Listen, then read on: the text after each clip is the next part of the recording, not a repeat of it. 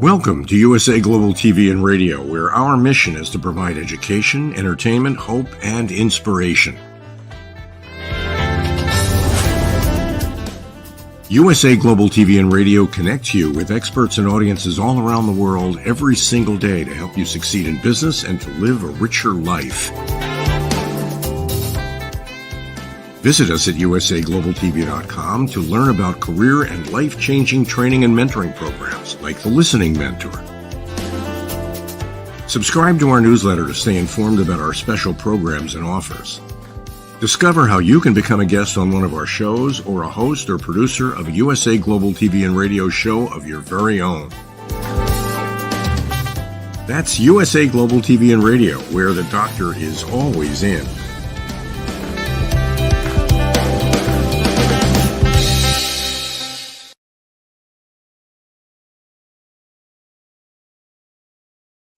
Howdy, Brett O'Loughlin here on the Wise Ones on USA Global TV and Radio Network.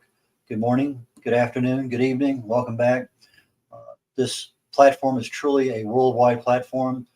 Just a couple hours ago, we were talking to a really neat guy from Ghana.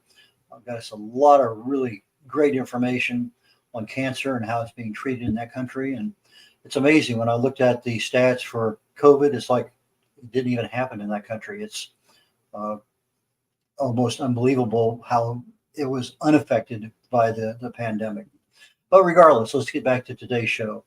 The Wise Ones, and I am really privileged today. A good friend of mine, Keith Romaine, a fellow Toastmaster, agreed to join us today. So Keith, please pop on in here. Howdy. Hello, Red. How are you doing today? Exceptionally well, as always. Keith and I met through Toastmasters many years ago. In fact, Keith has been a Toastmaster far longer than I. I joined, I think, the first week of 2007 with Halliburton, and he'd already been a Toastmaster for almost 10 years at that point in time. But we've competed against each other. We've been in various management leadership positions. We've been in the same clubs. We've actually created a club together. So there's a lot of things, but I thought that it would be really neat to have a distinguished Toastmaster come on and let's just talk about speaking, something we do all the time. Yet some of us are better than others. Some hate to stand in front of an audience and speak. It seems like in the big scheme of things, I'd rather die than speak in front of an audience. Yet they have no problem at all gossiping or chatting back and forth in a small group of people. It's kind of a strange dynamic. What do you think about that, Keith? Well, it is true that many people are very uncomfortable, some deathly afraid of getting in front of a group of people to speak. And what's interesting is some of these same people have no problem carrying on a conversation, a personal one-on-one or with a small group. They do quite well. Something about standing in front of an audience freaks them out. It's something they just have to work to get over, but once they do quite well. I mentioned earlier in the lead up to the show that when I joined Toastmasters, I had absolutely no problem at all taking a 5-minute topic, cramming it into 15 minutes and using notes.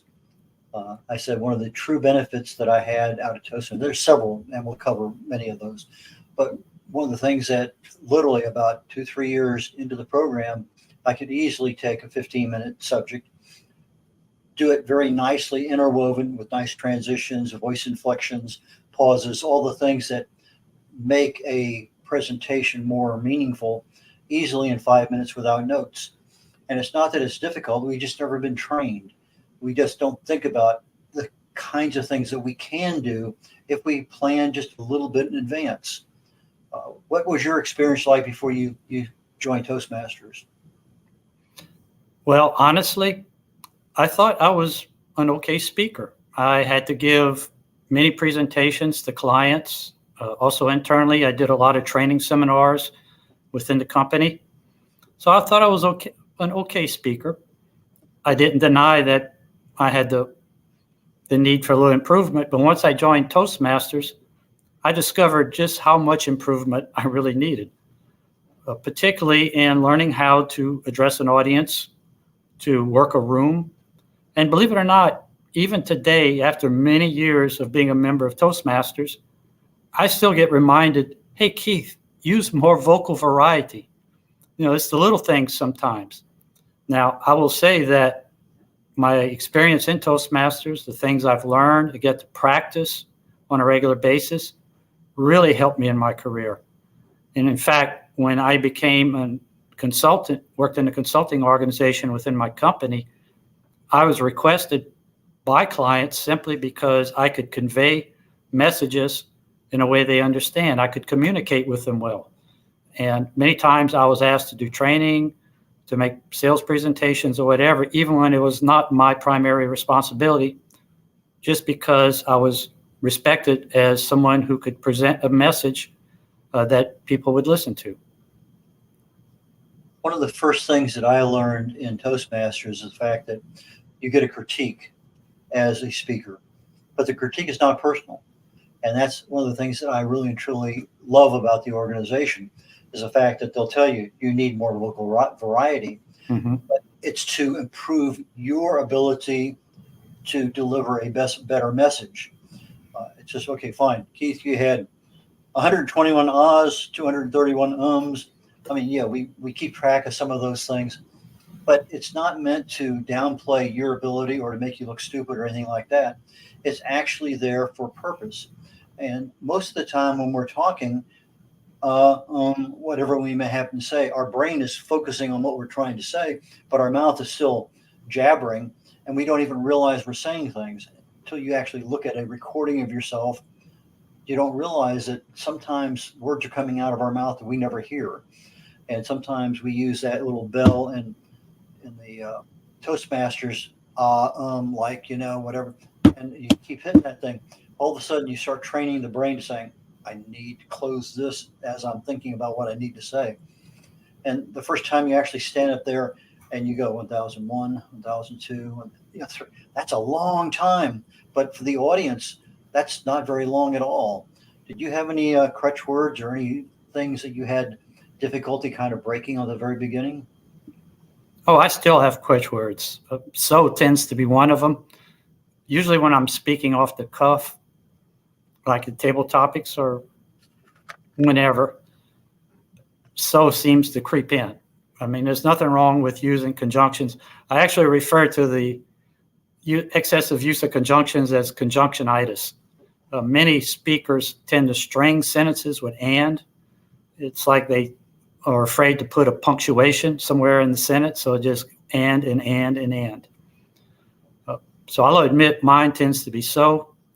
For the younger generation, like seems to be one of those words that tends to just frankly irritate me because of its overuse. It's good to have recognition of the fact that you do have tendencies in your language, that you tend to use crutch words or certain words over and over. We have a very extensive vocabulary in English. We've incorporated words from other languages, and being able to use this extensive vocabulary makes your speech more colorful, more interesting, and frankly less irritating sometimes. When people tend to lean on the crutch words, you tend to want to maybe zone out.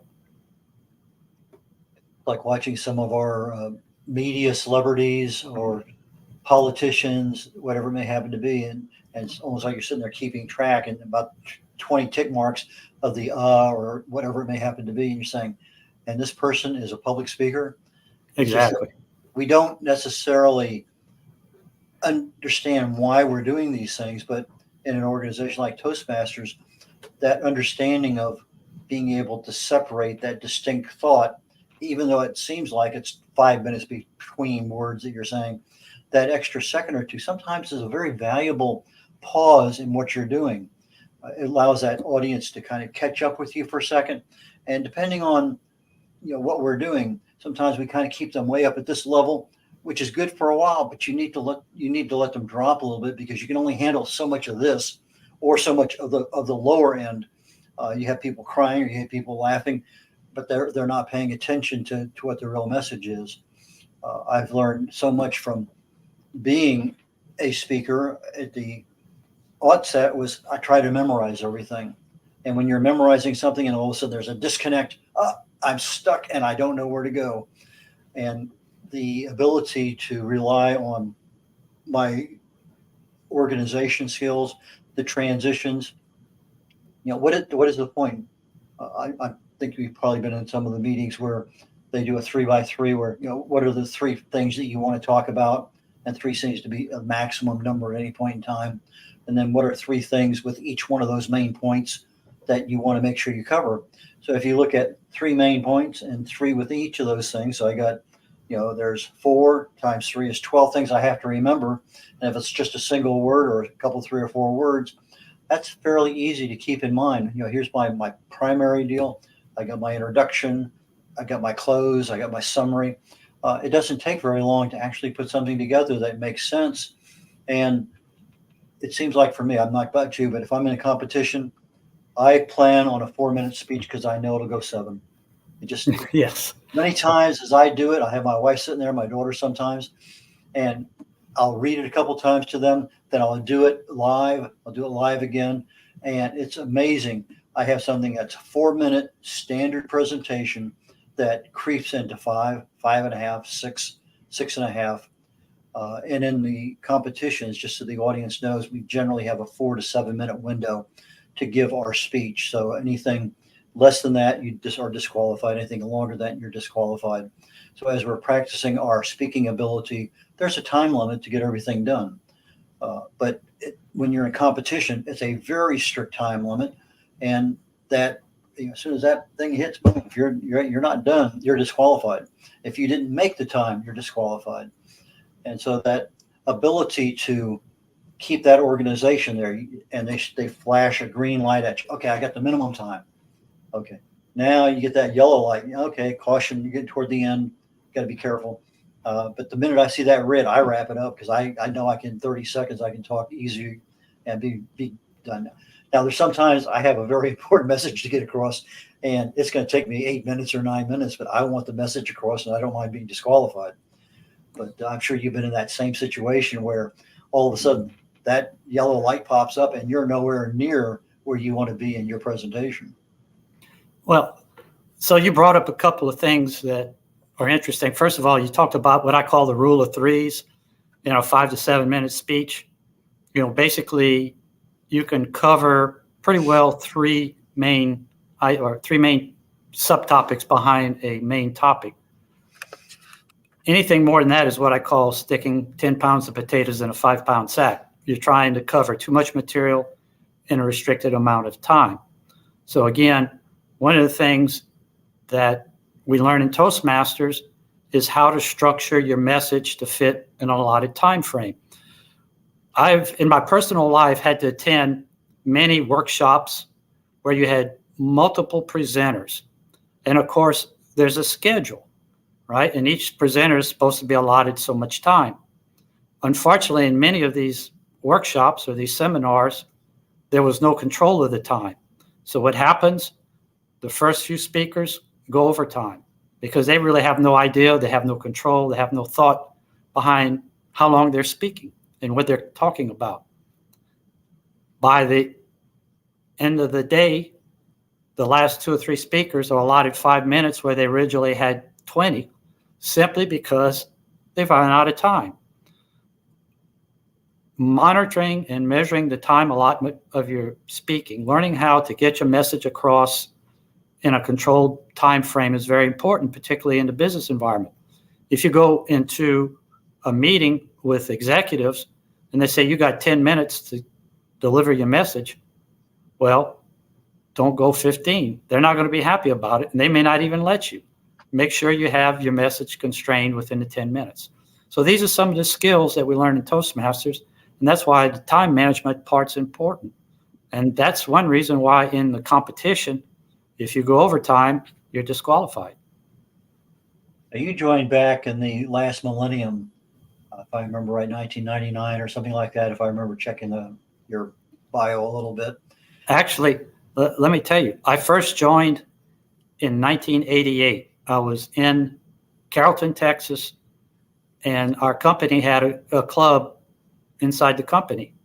and I joined in 1988. They actually met in the conference room that was right next to where my office was. And honestly, that's kind of what drew me in was some of the members kept saying, why don't you just come on over and drop in? So I did. I was there for about 5 years. Then I was also overseas for 6. So I had a hiatus where I was not part of Toastmasters. When I returned to the Houston area, I found a club here in Sugarland and joined in December 1999. In fact, I was one of the charter members.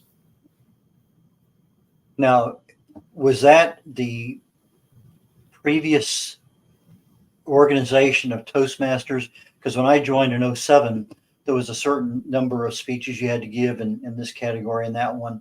And it seemed like to me that there was some people that had been in a previous edition of Toastmaster rules and regulations that kind of ran out somewhere in the 2000 teens or something. I'm not sure positive, but were you in the original set of those things and it changed and now it's changed again? So I've seen it change twice, although the change from the traditional system, the pathways, was a much bigger change. When I took the hiatus and came back, there was more of the leadership aspect brought into the program. When I first joined, it was still, even though they did have some of the leadership projects, there still seemed to be a major focus on public speaking, which is what most people relate to when they think of Toastmasters. However, as you now know, Toastmasters is practically equally focused on developing leadership as well as communication skills. In fact, the new educational program, Pathways, is a total change from the old system in that you pick a certain educational path, which is a track, and it could be a certain mix of anywhere from completely public speaking to almost completely leadership. And then there are tracks that have a balance in between. So what's happened with Toastmasters over my career is a much stronger emphasis on developing the leadership and also the implementation of technology. For, I'd say, the majority of my membership, we had manuals. When we joined, we'd receive an envelope full of little booklets, and each booklet contained the 10 projects that we were to work on to complete our either educational or leadership track. And that's how it worked. Now everything's online, and we have videos, we have everything's accessible via the internet. So there's been a lot of changes in Toastmasters, and I think really all of them are for the benefit. I find it interesting that the change in technology has been great in some regards, but not necessarily as good in others. We're on camera right now, so you can't see our hands moving around, and unless we bring them up here where you can actually see something, and then they become distracting. But in reality, one of the things that I look for when I'm evaluating a speaker, and I found that and I want to talk about that a little bit later, but I look at their body language, but I look more at their facial expressions. Because some people, when they're really confident and they know their topic, their face changes as their body emphasizes various things. But a lot of us, and in particular when we're on camera, we're not seeing any of this body language. We're not moving around to address different parts of the audience. We're restricted in what we can do. And so we become a little bit complacent because we're on camera. Same thing when I have a whiteboard or I have a slide presentation or a little video that I need to shoot. I am distracting my audience by showing them something and I'm talking about it. Or if I'm in a room and I'm looking at the whiteboard, but my audience is behind me. There's a lot of things that as we go through Toastmasters, we learn this works better if you do it this way. And a lot of times we don't even think about doing it another way. It's just that we've always done it that way. Your thought? Well, with regards to online presentations or speeches or so forth, I definitely agree with you that the way I look at it is this way. If you're giving a technical presentation or something that's educational, where you're needing to present slides or visual material that conveys statistics or bullet points or whatever, then the difference between live and online to me is somewhat subtle, simply because as an audience member, your ears may be focused on the presenter, but your eyes are probably focused on the material being displayed. So in that case, the online environment is, in my opinion, equally conducive to presenting a material. Now, giving a speech, especially something that's supposed to be entertaining, motivating, inspirational, to me, you can't do anything better than doing it in person. Trying to get that emotion, that passion out through this media that we're on right now is very difficult. And I think it's, no matter how good you are, it's going to be somewhat muted. So those are the subtle differences. Right now, in District 56, where in the Houston area where I live and participate in Toastmasters, one of the debates going on is whether or not we're going to conduct our spring speech contests either hybrid or in person only. And I'm lobbying strongly that we do them in person only, because particularly with the international speech contest, where those tend to be motivational, inspirational. During COVID, I saw a number of these online, and yes, they were good, but nothing like seeing a speaker live on the stage, working the audience, getting the emotions out, showing the passion. That's when you really need to be in person, when you are trying to get that kind of message across. I agree with you 100%. I love to see the expression on audience face. If I'm saying something, I get a little nod of the head, just some indication that there's a connection there. And then I move to the next person and I kind of move around the audience a little bit, because you get that feedback of, yeah, I'm connecting. Would you agree? Oh, absolutely. As a speaker, I can tell you, an experienced speaker knows when they are reaching the audience. You can look at your audience and say, hey, they're responding, they're engaged. Or you can look at an audience and say, oh man, they're zoning out on me. I need to do something different. But either way, as a speaker, you're getting immediate feedback from your audience just by watching the room. And I will say, because I had to compete a few times on the online environment during the COVID breaks and everything, you just have no idea. And it's unfortunate. We use Zoom as a platform for many contests when we were doing them online. And most of the contestants wanted to see a screen full of people.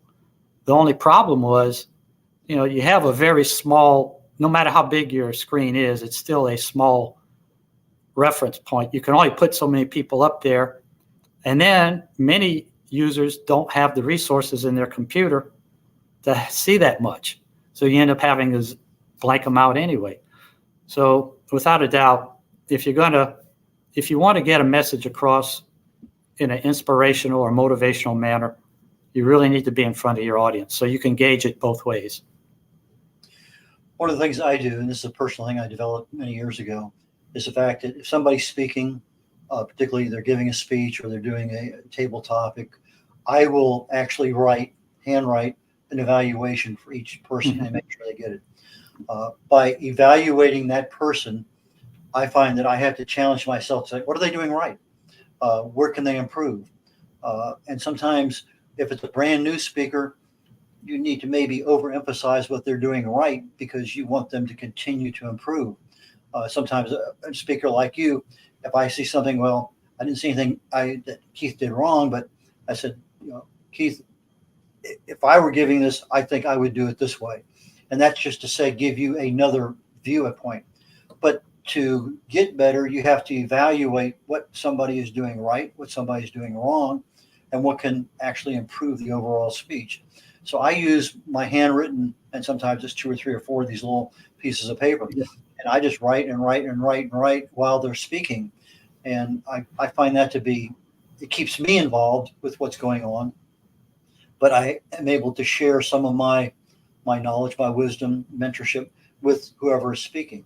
And I'm sure you've gotten a few of my little handwritten things over time. But it's, to me, I find Toastmasters to be such a helping organization, whether you're brand new or whether you've been in it 10 years and you got 2 DTMs and you've been on the international stage. In fact, that's one of the reasons I liked Houston, is because we've had a lot of #1 world-class winners in the international speech contest right here from the Houston area. And it just, okay, you're at the meeting, that guy was #1, or that girl was #1 in the world. And that's kind of awe-inspiring. You go up and you shake their hand, and you can see them on YouTube, or you see them in live some places we've been at. Or sometimes they come in #2 and you're almost crying because I thought that was a little bit better speech than the other person gave. But when you're on the international, let's talk a little bit about the international stuff. Before I do that, any comments on the evaluation phase? Because I think that's very important. Well, I've always called the evaluation phase the value proposition of Toastmasters. The fact that not only do we teach you certain skills, or you get to practice certain skills, but you get immediate feedback.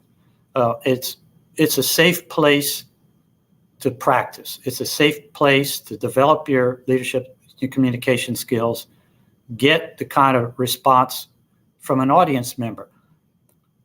The flip side to this is learning how to do an evaluation is also a skill. How to give constructive, positive feedback is a leadership skill that you develop in Toastmasters.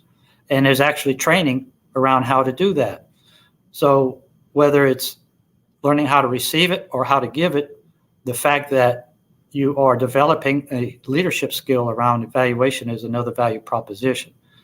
And I want to just a quick aside, since you brought it up about someone from the Houston area winning the international speech contest.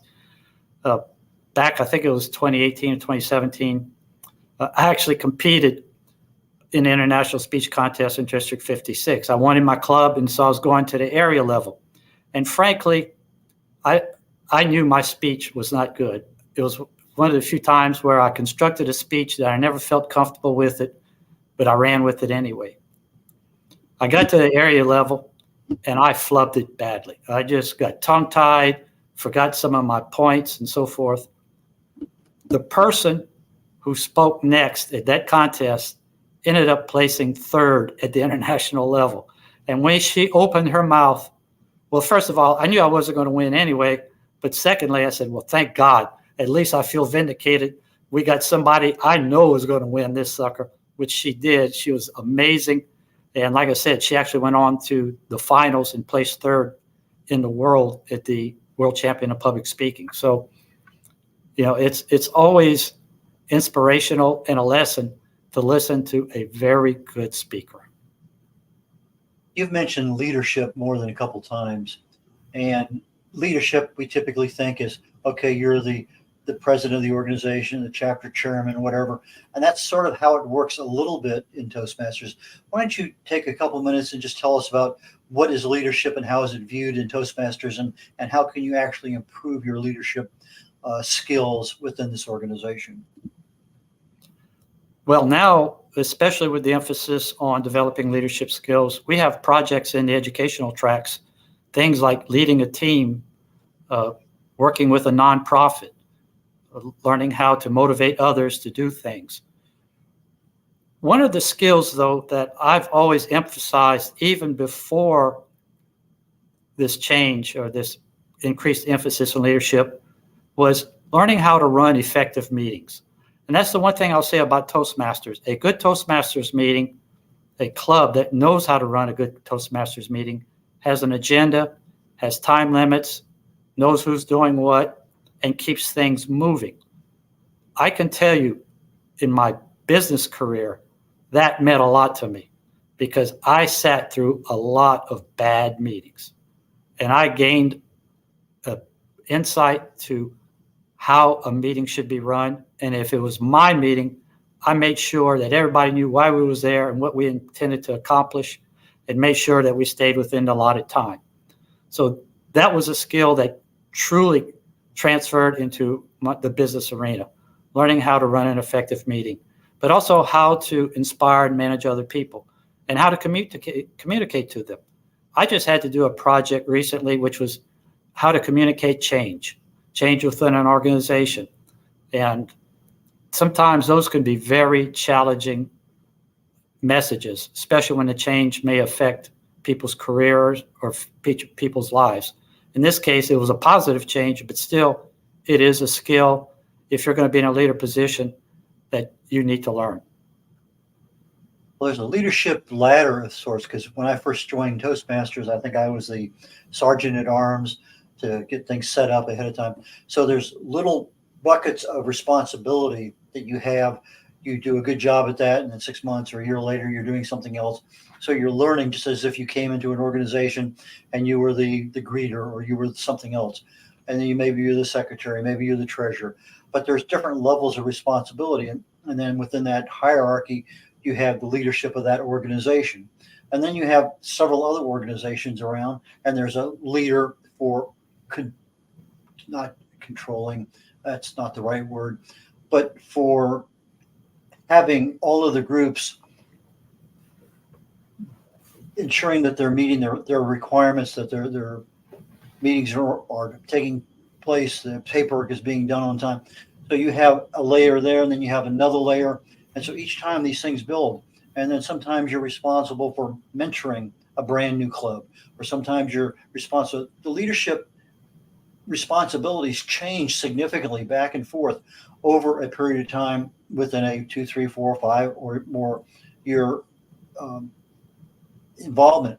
I remember the first time that I went to another meeting, I think there was 3 DTMs there, 3 distinguished Toastmasters. And not that I was scared to death, but I was super impressed that, hey, this organization has 3 of them. Mm-hmm. And then later on, it's not unusual that almost all the organizations have 2 or 3 because they've been with the organization long enough. But I find that the leadership role is something that it's free of charge because you're paying for your speaking training and skill development. But the leadership thing is something that's expected. They don't want you sitting there being a sergeant at arms for 20 years in a row. You may be one of the best ones around, but that's not the purpose of the Toastmasters. It's to develop a lot of skills, some of which you have partial development, some of which you have none, some of which are very good, and you need just a little bit more tweaking to make it super good. Your involvement in the ladder has been just about literally every single position that I can think of. I'm not sure that you've missed any, but you've certainly had your fair share, not only in the individual positions, but also in creating brand new organizations. One of the ones that I joined because of you was a local Missouri City Toastmaster group, because it's nearby where I live. And I think probably the real reason was Keith Romaine was one of the guys heading it up. So it's just, there's certain credibility that goes with people that, okay, come join me. Okay, because I know who you are, I'm going to come join. It doesn't matter what it is, I'm going to go join.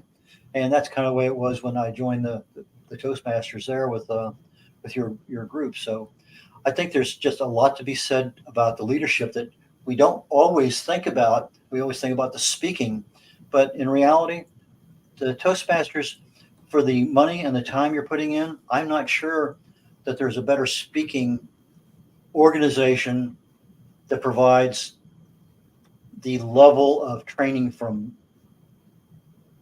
entry level to professional in the way they do it. There's a lot of speaking organizations out there, but they are not necessarily training the uninitiated. Your thought? Well, 2 things. First of all, I'm going to cover the leadership aspect. In the Toastmasters organization, it's sort of an inverted pyramid. At the very top of the organization are the members. Everything that happens with regards to club officers, district officers, international directors, the president, has to do with serving the membership. That's how the structure is created. And I think the words you might have been looking for with regards to leadership positions is overseeing the well-being of the members in the clubs to make sure that they are meeting their educational goals. That's it, pure and simple. When I was actually a division director one year, which covers, I think I had 36 clubs, but I had 5 area directors working under me. So I didn't, mainly it was making sure the area directors were taking care of the club officers in the clubs in their respective areas. So it's a geographic organizational hierarchy, but at the end of the day, it's about the members. If the members aren't satisfied, aren't making their goals, then we're not succeeding. And that's really what it's all about. It's about the individual members. And as far as a value proposition, I've participated professionally in a number of seminars that involve communication practices, how to give presentations. And I'm going to say this, they were all excellent. They were. They had very valuable insights to how to effectively convey a message. The thing was, they were anywhere from 3 to 5 days long. And then once it was over, it was over. So unless you were able to repeat something they did over and over, but you didn't know if you were or not, or how well you were doing, well, things kind of play out after a while. On the other hand, with Toastmasters, you're constantly getting that feedback. You're constantly having an opportunity to apply some of these skills that you may have learned from other areas. And again, there are some fantastic programs out there. Many of them cost $1,500 to $2,000 a person for the thing. Toastmasters cost individuals $10 a month. Go figure. But anyway, the reality is, in Toastmasters, whatever skills you learn, wherever you learn them from, you get to practice. You get to do them over and over. You get feedback. You hear from a fellow club member. I like this. I think if you'd have done this differently, I would have preferred it. Whatever. But you know whether or not you're succeeding. And that's what's really important. And that's why I keep saying the value proposition of Toastmasters includes the feedback, the evaluation portion of the program. I think one of the things that I really and truly appreciate in a meeting is when, let's say you're a brand new member, not really a speaker, you come in and the first couple of times you get 20 plus ahs or you knows, you likes. And then 6 months later, you give a presentation and there's only 2. A year later, you're very polished. You're almost at that motivational, inspirational level. There are no, likes, ahs, because you've mastered the ability to organize and speak effectively. And that to me is something that you sit there and darn, Keith wasn't that good a couple of years ago, but boy, he has really taken off. So that to me is kind of as you talk about educational goals, it's one of those things that if you want to put in the time and you want to give your speeches, you are going to succeed because it's just everyone is there to help you. There's nobody being left behind unless you are leaving yourself behind. That's right. Well, you mentioned crutch words, and here's the interesting thing. Speakers who engage their audience with compelling material, deliver it with passion, with energy, and so forth, a couple of crutch words, nobody's even going to notice. In fact, I've heard some speeches in club speeches and so forth from members who've improved greatly. Maybe they dropped a couple of ahs and ums. I didn't even notice it because they had improved so much. They were inspirational, and I was excited just to hear their message and watch them grow. So, we can maybe focus on some of our faux pas, but they could easily be overcome by an effective delivery, a powerful message, something that engages the audience.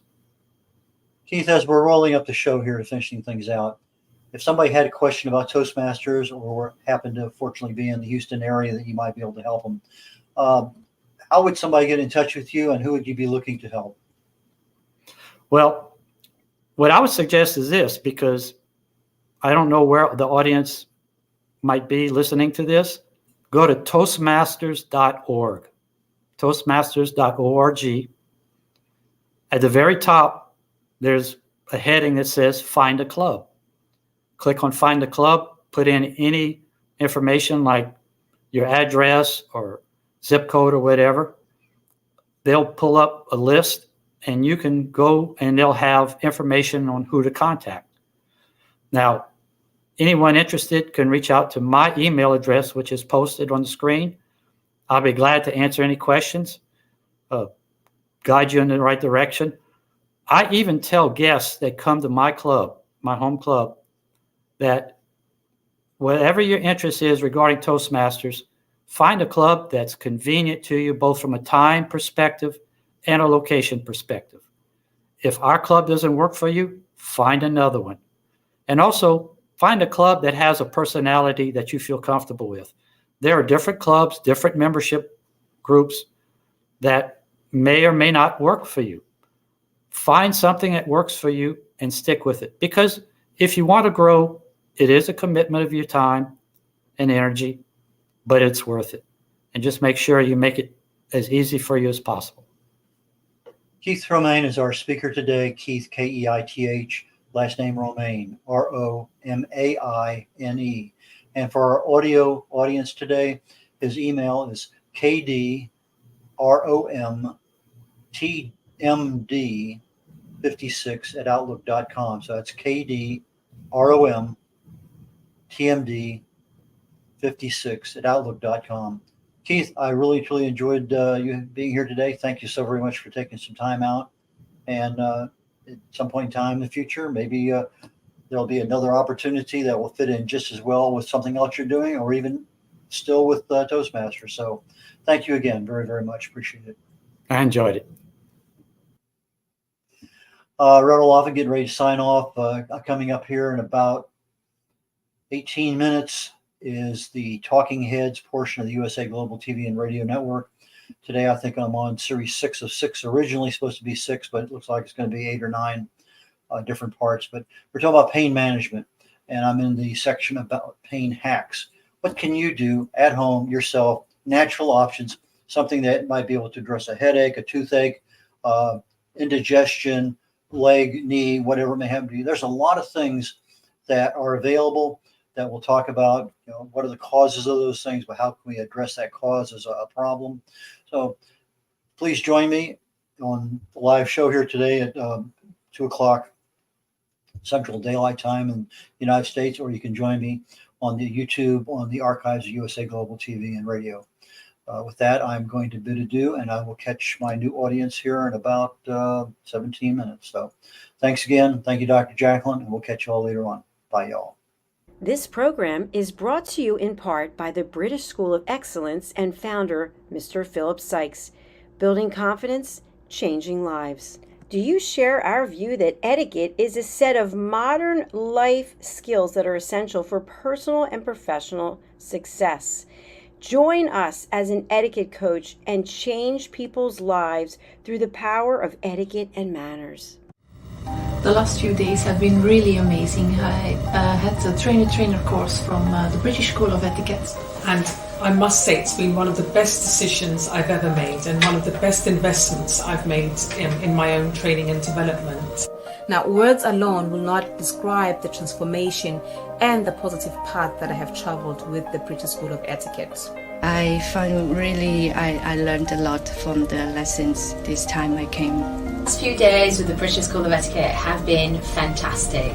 And what I've learned now is really beyond my expectations.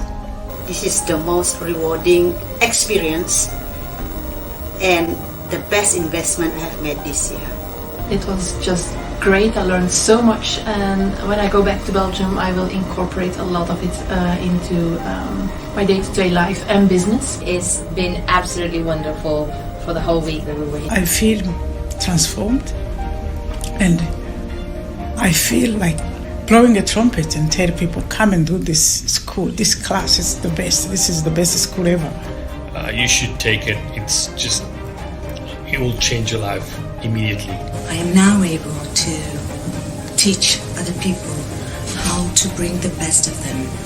Thank you. Thank you, BSC. Thank you. Thank you so much. Thank you. Thank you to our clients for their testimonials on the Train the Trainer program.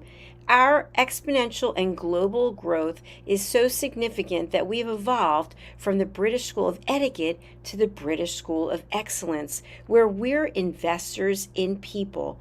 Let us invest in you and your career. Contact us to become an etiquette coach.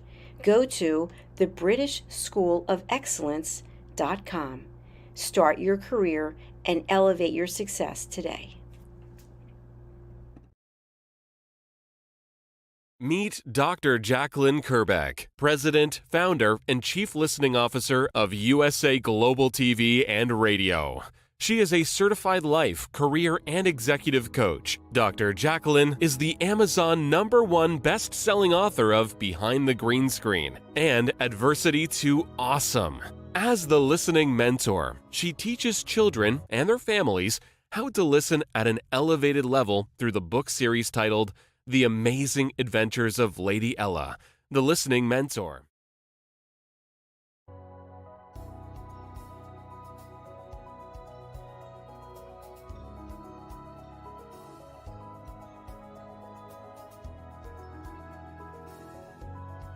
The Creative Hearts Awakening book series features heart-centric creatives who share their awakening journey. Through the Power of Listening educational course platform, people can get certified as elevated listeners on USA Global TV and radio. Learn how to center yourself and align with nature through the power of nature, plants, and shrines. The Journey of Chakra Psychology course will educate you on the chakras and their meaning. The Intuition of the Heart course will help you understand how to trust your intuition. Learn how to face the shadows of self and understand the impact of following trends and materialism. Set boundaries and ask for permission to help establish better relationships, deeper connections, and more authentic conversations. Take your communication expertise to a higher level with the course for curious humans. After all, we are not robots. Looking to start your own podcast platform? Get everything you need in the Podcaster Pro package with Dr. Jacalyn Kerbeck. How can music, breath, and your voice set you free? Find out with the Power of Listening courses. Dr. Jacalyn is a certified meditation teacher, yoga instructor, and Juice Plus distributor. She will help you create a plan for your healthy lifestyle. As an expert in the art of interviewing with over 3,000 hosted and/or produced live broadcasts, Dr. Kerbeck helps her clients stand out as global broadcasters. Dr. Kerbeck's books are available on Amazon. Start your listening journey by reading. Tune into the Listening Mentor TV show, Fridays on USA Global TV, and learn how listening can be your superpower. Dr. Jacalyn Kerbeck, MBA, DBA, Certified Holistic Life, Career, and Executive Coach, Certified Yoga Sculpt Teacher, Certified Meditation Teacher, The Listening Mentor, Singer-Songwriter, Founder, President, Chief Listening Officer of USA Global TV and Radio. drjacalyn.com. Thank you to all our elevated listeners, team members, animal characters, and co-authors. Contact us at 215-852-9406. Jacalyn at drjacalyn.com.